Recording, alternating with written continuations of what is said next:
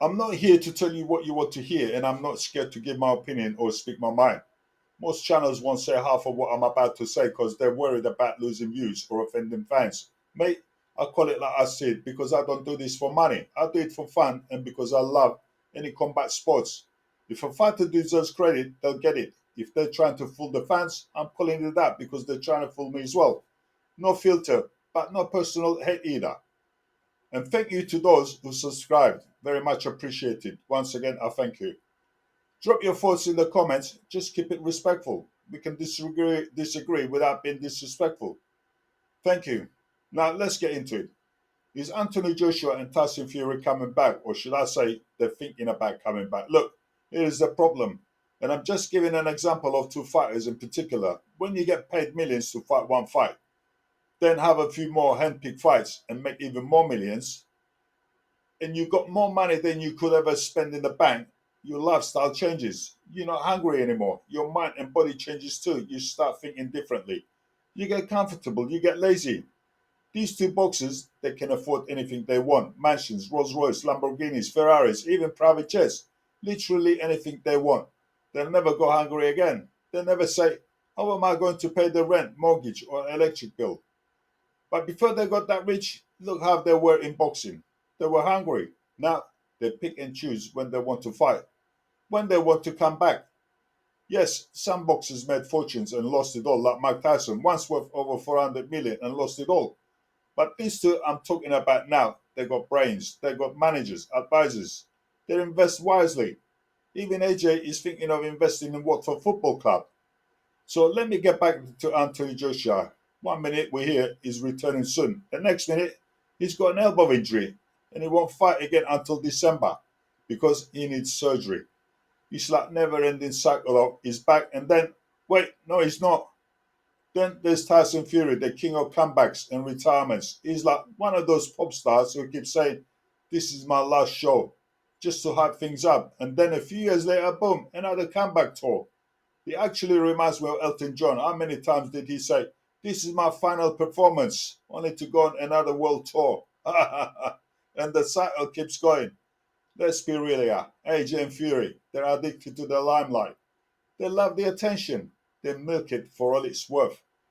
But as soon as things don't go their way, when they're not the center of headlines, they disappear. They sulk, they go quiet, and then suddenly, when the buzz dies down, they pop back up with a big "I'm back" announcement. It's all part of the game for them. Fame, headlines, staying relevant.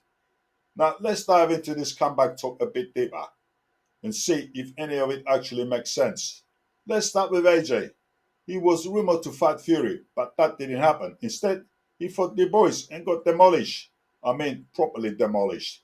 He was humiliated and then he vanished in September 2024. No one heard from him for months. Then he pops up back 5 or 6 months later, around March or April, slowly trying to blend back in, testing the atmosphere, seeing if he's still wanted. Does a few interviews on social media, drop hints about coming back, but then he says he's got an elbow injury and won't be able to fight until December 2025. And the reason, he says he wants to get back into shape and he doesn't want to be just good, he wants to be great. Sorry, AJ, but if you weren't great in your prime, what makes you think you'll be great now? After getting humiliated by Usyk and Du Bois and ducking other heavyweights too. If you want to see what greatness looks like, look at Usyk. He'll fight anyone. Then AJ mentions he's got options. Deontay Wilder, Martin Bacall, Agi Kabayel, and a few other heavyweights. But I bet he won't fight any of them. And if he definitely won't fight Agi Kabayel. Agi will beat him. Then comes the mention of December. Is that a hint? Is Turkey Alashik going to throw big money at AJ versus Fury? That would make sense. To be fair, that's the only fight that gives AJ and Fury some real respect and credibility. If they don't make and instead pick cherry opponents to fool fans again, then it's just another scam on the boxing crowd.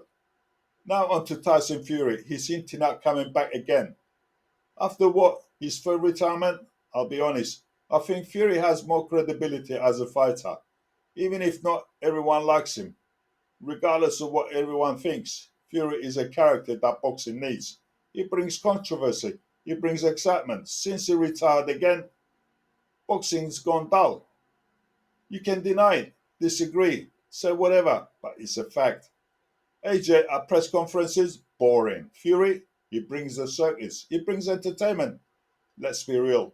Who's really been excited for a heavyweight fight lately? If it wasn't for Usyk, the heavyweight division will be non-existent. So what's the bottom line? Me personally, I don't care if AJ comes back or not. He's finished. He says he wants to be great again. But someone who was never great won't suddenly become great now.